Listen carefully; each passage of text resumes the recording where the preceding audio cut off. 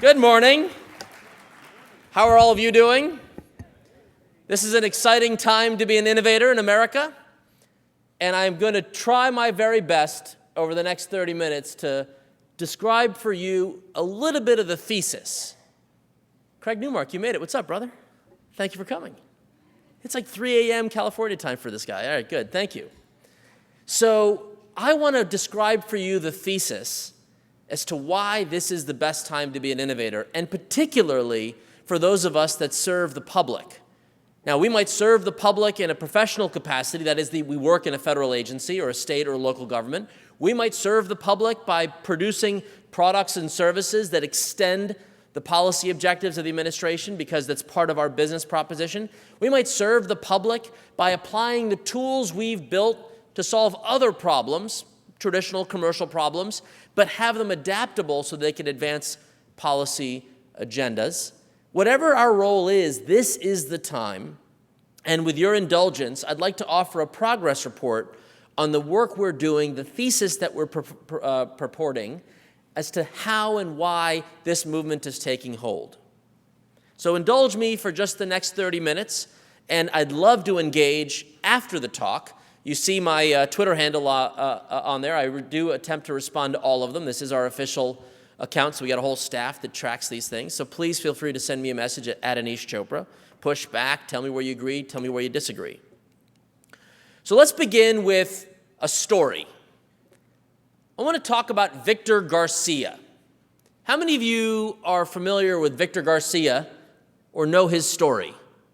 A couple of you. Actually, none of you. Are you kidding me? What's up? Where have you been? Victor Garcia is that dashingly handsome guy that you see pictured in front of that vehicle. But you might be wondering, why am I talking about Victor Garcia at the outset of my remarks? It's because what he stands for is everything I'm going to describe in the slides that follow. Victor is a Mexican immigrant who came to this country at the age of 5. He attended high school and he finished, wasn't exactly sure what he wanted to do, so he enrolled in a community college and waited tables to make ends meet. He wasn't quite sure what he was going to do from that program, so he moved to California from Texas, and he enrolled in a technical institute. And he decided that he wanted to design vehicles. Now, if you looked at his resume at the time he engaged in this job market, it wouldn't be exactly obvious to you that he'd be the lead candidate to solving some of our nation's most intractable problems, especially in the area of manufacturing. Yet that is exactly who Victor Garcia is. DARPA, about a year ago, issued a bold challenge. Can we cut the time to design and prototype a manufacturing vehicle, by 80%? Not 5% improvement, not slight adjustments. Can we make a dramatic change to how we design and manufacture, in this case, combat support vehicles? And to test this concept, to put their toe in the water. Anybody here from DARPA? My good brothers and sisters at DARPA said, in January of this year, let's open this up for bottom-up innovation. Let's embrace the president's open government philosophy as Dave walked you through challenge.gov. Let's embrace the spirit of challenges and prizes. And they issued a call. If someone can design a combat support vehicle, and they described a bit about what they were looking for. Over 20,000 people in a network focused on design challenges heard the challenge, heard the call. And amongst the hundreds of submissions, Victor Garcia decided to come forward with a design called Flip Mode and came in first place, not because of his resume or his background or his credentials in an RFP example, not because of his statement of purpose, but because he produced a product that his peers from around the country determined was best in class. He was awarded a $10,000 prize for 1 month's of evaluation or competition. But the story doesn't end there. A team from Arizona called Local Motors took his design, the winning design, and turned it into a prototype production vehicle. In less than 5 months, they pulled out of the lot in Arizona and drove the vehicle to Pittsburgh, Pennsylvania, ahead of schedule. Why were they in Pittsburgh, Pennsylvania, you might ask? Because they handed the keys to the President of the United States. The President traveled to Pittsburgh to unveil a new vision for advanced manufacturing, the release of the Advanced Manufacturing Partnership, and to demonstrate the power of this philosophy or this policy approach, he engaged with this open innovation platform, and you see the heroes in Local Motors and in Victor Garcia. This story tells us that there are hidden pockets of talent throughout this great country. There are Victor Garcias in every neighborhood, thinking about the problems of our day, our healthcare challenges, our energy challenges, our educational challenges, the challenges that many of us are cynical to think we can make progress on given the difficulties we have in Washington reaching consensus. Yet there they are, innovators, simply asking for an opportunity to shine.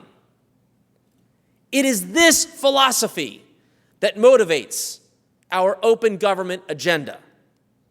Now, how does this work? Most of you think of open government in the traditional sense of the buzzwords. We're publishing data sets, therefore we're more transparent. We're engaging you in new and creative ways with blogs and wikis and Twitter and Facebook accounts, so you're participating more. We're collaborating by extending the tools of government through APIs and other means so that we can essentially co-create solutions to our nation's problems. Those are tactics in the open government movement. It is how they apply to the challenges of our day that is what keeps me up at night and what focuses my mind. The President in September of last year published September of 2009, published the Strategy for American Innovation, whitehouse.gov/innovation, where he articulated a vision for the American economy over the long term. Obviously, we're in the midst of an economic crisis.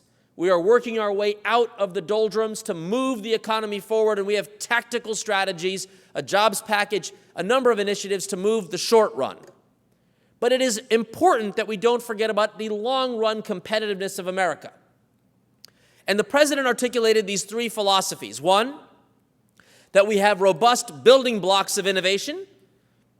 As my dear friend and colleague, former colleague Austin Goolsbee said, we don't eat our seed corn in times of fiscal difficulty. So investments in the building blocks of innovation, the equivalent of our seed corn. Second, we need rules of the road that can catalyze this entrepreneurial ecosystem. And last and certainly not least, we need to apply this bottom-up theory of change against the biggest problems that our country faces, namely health, energy, education, manufacturing, and so forth. I would like to provide for you a progress report on the results we've achieved and the promise for tomorrow in each of these key categories, starting with the importance of infrastructure. From my vantage point, infrastructure is bigger than roadways, railways, and runways. It is increasingly digital in nature, increasingly mobile by design.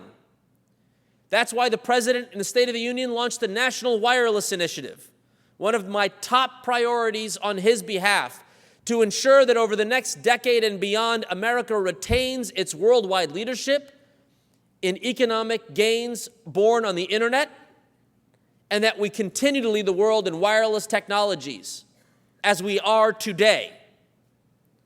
The challenge, of course, is that the American infrastructure for wireless spectrum, the resource that is enabling this mobile broadband revolution, it is increasingly capacity constrained. How do we ensure over the next decade and beyond that we will have the capacity to meet the growing needs, the insatiable needs of our economy in mobile broadband? Well, the President's National Wireless Initiative does just that. It pays down the debt, It delivers for us the policy tools we need to deliver mobile broadband in the next decade and beyond, and it makes good on a promise we've made to our first responders to deliver for them a world-class, safe and secure fourth-generation broadband network capable of supporting their mission needs. This is a bipartisan endeavor. The Senate Commerce Committee, with Senator Kay Bailey Hutchinson and Senator Jay Rockefeller, passed this bipartisan legislation 21-4, a majority of Democrats and a majority of Republicans. The president has called on this legislation to move through this jobs package, and we are very hopeful and, dare I say, confident that the Congress will take action. When you combine wireless infrastructure with the natural market evolution around the computing costs, going back 70 years, this is a Brookings Hamilton Project study that found dramatic reductions in the cost of computing. So therefore, tools like cloud computing combined with mobility can serve as the enablers of breakthrough products and services. Now, why do I bring up the infrastructure piece? Because this conference is all about cost reduction or eras of fiscal austerity. Dare I make one humble revision to the model of this conference? Think less about cost reduction. That's only one half of the equation. Think about productivity. What are we spending for what unit of output? Whether we're spending more or less only tells you half the story. What are we getting for that spending? It is the productivity challenge that confronts us in health, in energy, in education. It's productivity that will be the key to achieving our national priorities and goals. When you combine digital infrastructure to these challenges of energy, education, healthcare, and manufacturing, you will see productivity gains. A McKinsey study found a 10% productivity improvement when small to medium-sized businesses connected to the internet. And we're just getting started. So that's infrastructure. A progress report that says the arrow's moving in the right direction. We've got legislation, we've got a 10-year plan, and we've got Congress poised to act. The second thing we've got to do is get rules of the road. I heard Dora Beck say a word about cybersecurity from the side. It's important to understand that if we are to see breakthroughs in health, energy, and education, we must respect privacy and security. How many of your doctors today are emailing your medical records around the country? Not many. Why? Because if they were to get on their Gmail account or Yahoo Mail or Outlook, and they were to send an email attaching your personal medical records data to a colleague or to a hospital, they'd violate HIPAA because your records could easily be redirected or copied, or the security around them would not be as resilient as we need it to be. So one of the quandaries is to open up the use of this digital infrastructure for the sectors of the economy where we need breakthroughs. We need a new model for rules of the road. Now, obviously, we've put forward a cybersecurity bill. My dear friend and colleague Howard Schmidt is working tirelessly to engage Congress in delivering against this new framework. But the question is, how might we work within the current rules and laws to ensure that this digital infrastructure can be deployed? In June, I had the pleasure, my deputy, Danny Weitzner, negotiated with 34 countries on a new vision for internet policy principles, emphasizing the role of voluntary collaboration, multi-stakeholder engagement, basically a bottom-up theory of change. And it is that philosophy that was endorsed by 34 countries around the world. Now, how does this philosophy get put into practice? Well, I want to share with you the story of the DIRECT project at ONC, the National Coordinator for Healthcare IT. I was chairing a technical standards hearing in Washington, not too far from here, and a primary care doctor issued a testimony, gave us testimony, and during our Q&A, he said, all this stuff is great about your vision for healthcare IT and meaningful use, but the challenge for me is that I can't engage. I've got a patient literally moving from my practice to Arizona. A doctor in Arizona has the same software package that I do, but there's no button that allows me to email the records. And he literally turned to us in the hearing and said, when are you guys going to allow me to safely and securely email my patients' records? I turned to my colleagues. I'm like, he's right.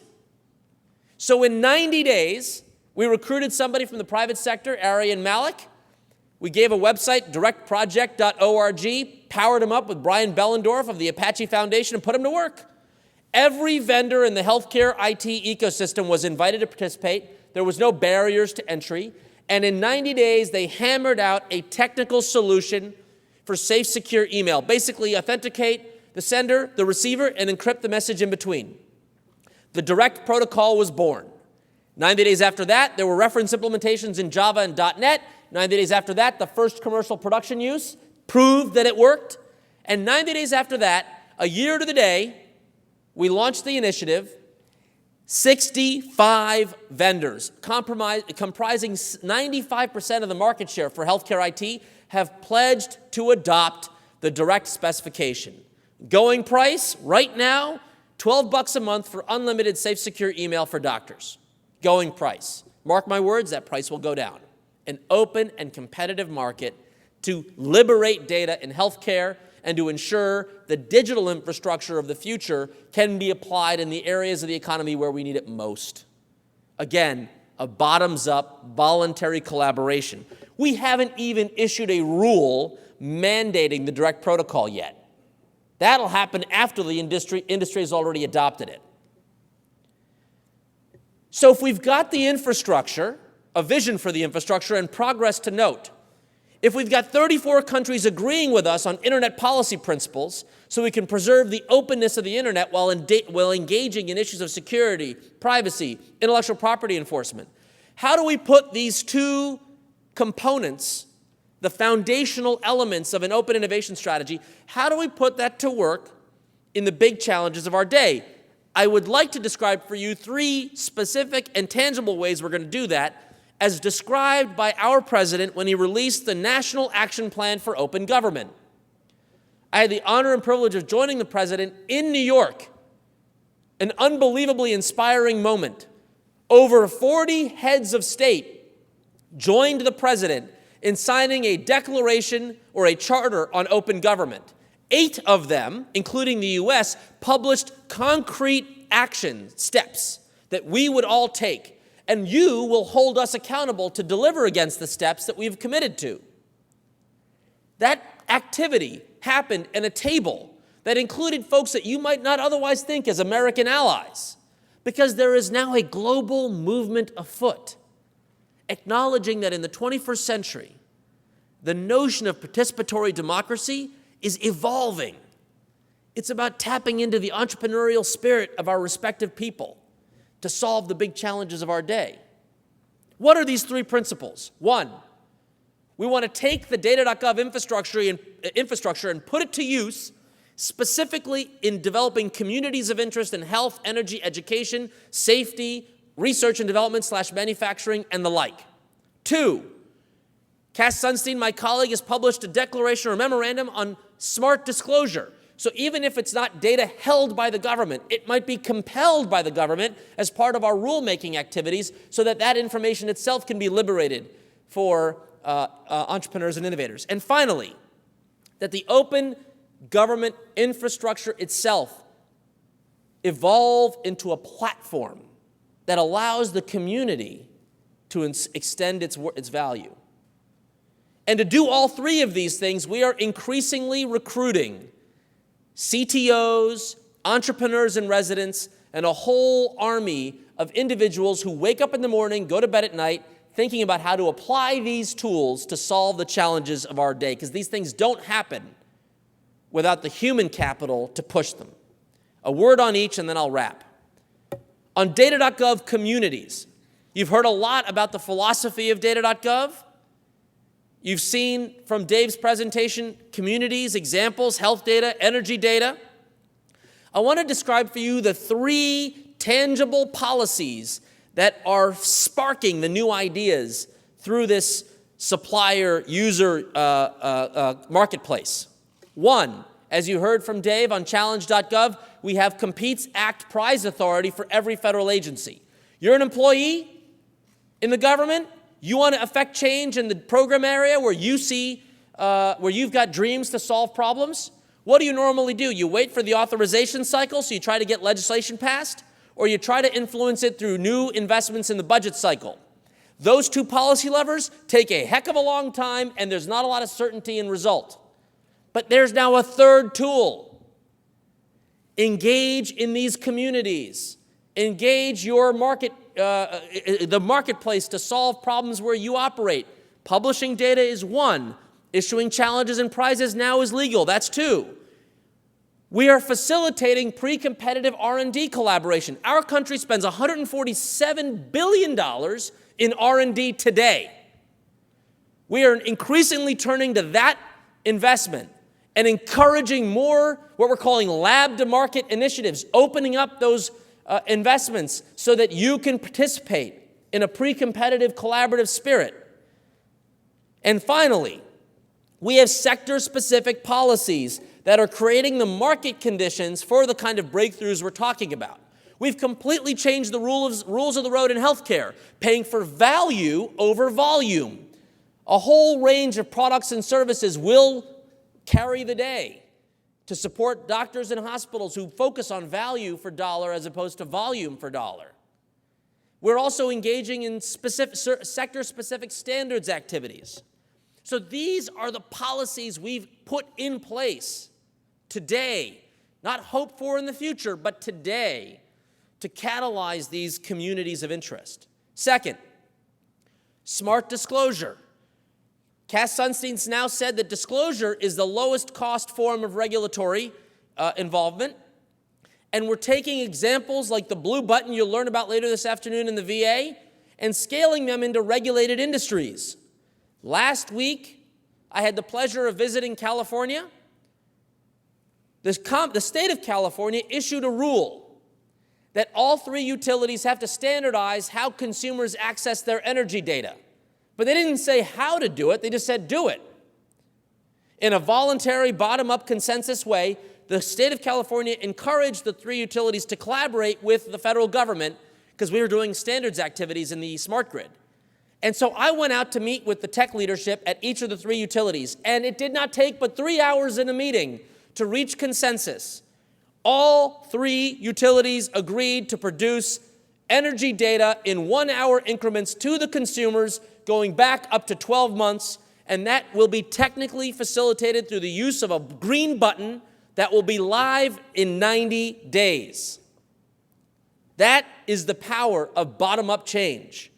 Every Californian accessing their energy data online can now download that data and fuel new products and services where that information is critical to help advise you on how to program your thermostat to maximize the value to you, or when to turn the lights off, and so forth. Finally, we are open sourcing the core data.gov platform. I chair the U.S.-India Open Government Dialogue. When the president visited India in November of last year, he said the two largest democracies should come together and collaborate to build the infrastructure to support open government. We have now completed our due diligence, and we are engaged under the leadership of GSA and others to deliver on this program by the spring of 2012. The data discovery and data access elements of data.gov will be made available to the Drupal community, and we would encourage commercial vendors, academics, nonprofits, everybody to extend the value of the core in all kinds of new and creative ways that could extend that platform to support particular mission needs. There is going to be a vibrant commercial ecosystem to get out of the government, to extend the value of government data to solve the big challenges of our time. I can't wait to see the entrepreneurial ecosystem sink their teeth into the data.gov infrastructure when we publish it. A final set of observations. We've got to have the internal capacity to utilize these levers and to deliver on the change the president has pledged to the American people. I want to share with you one example of how we're doing this. Last week, the Secretary of HHS announced a groundbreaking initiative to bring that entrepreneurial mojo to one of the most important sectors of the government, that is the Food and Drug Administration.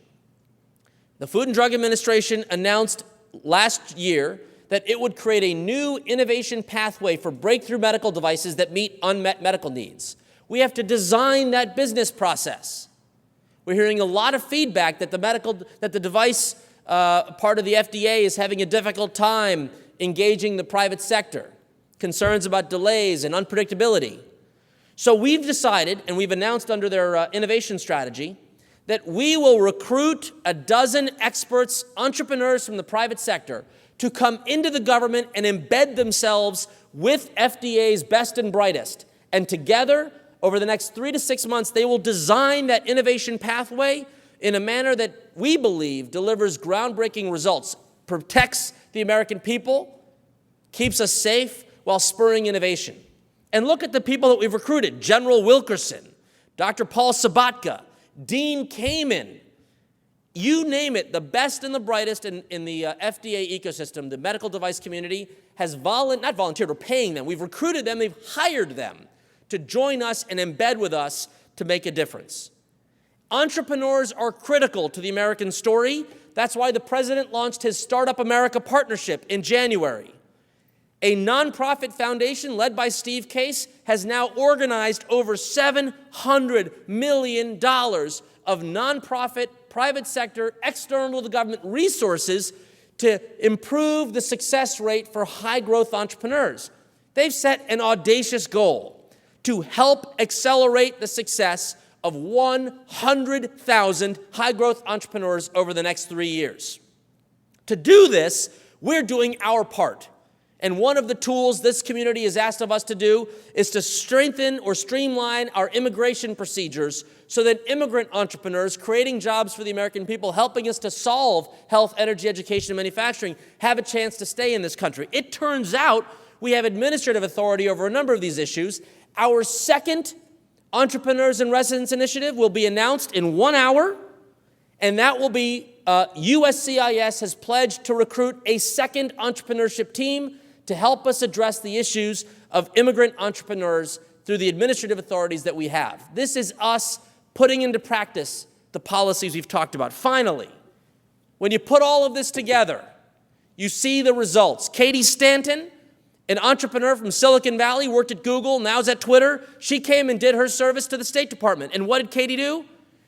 4 days after the earthquake in Haiti, they had no functioning 911 system. Katie got on the phone, called a cell phone operator, Omnicell or Digicel, I forgot, and convinced them to provide a free text message service at 4636 so folks could text in their concerns. Second, she realized, where are those concerns going to go? There's no police force. There's no first responder.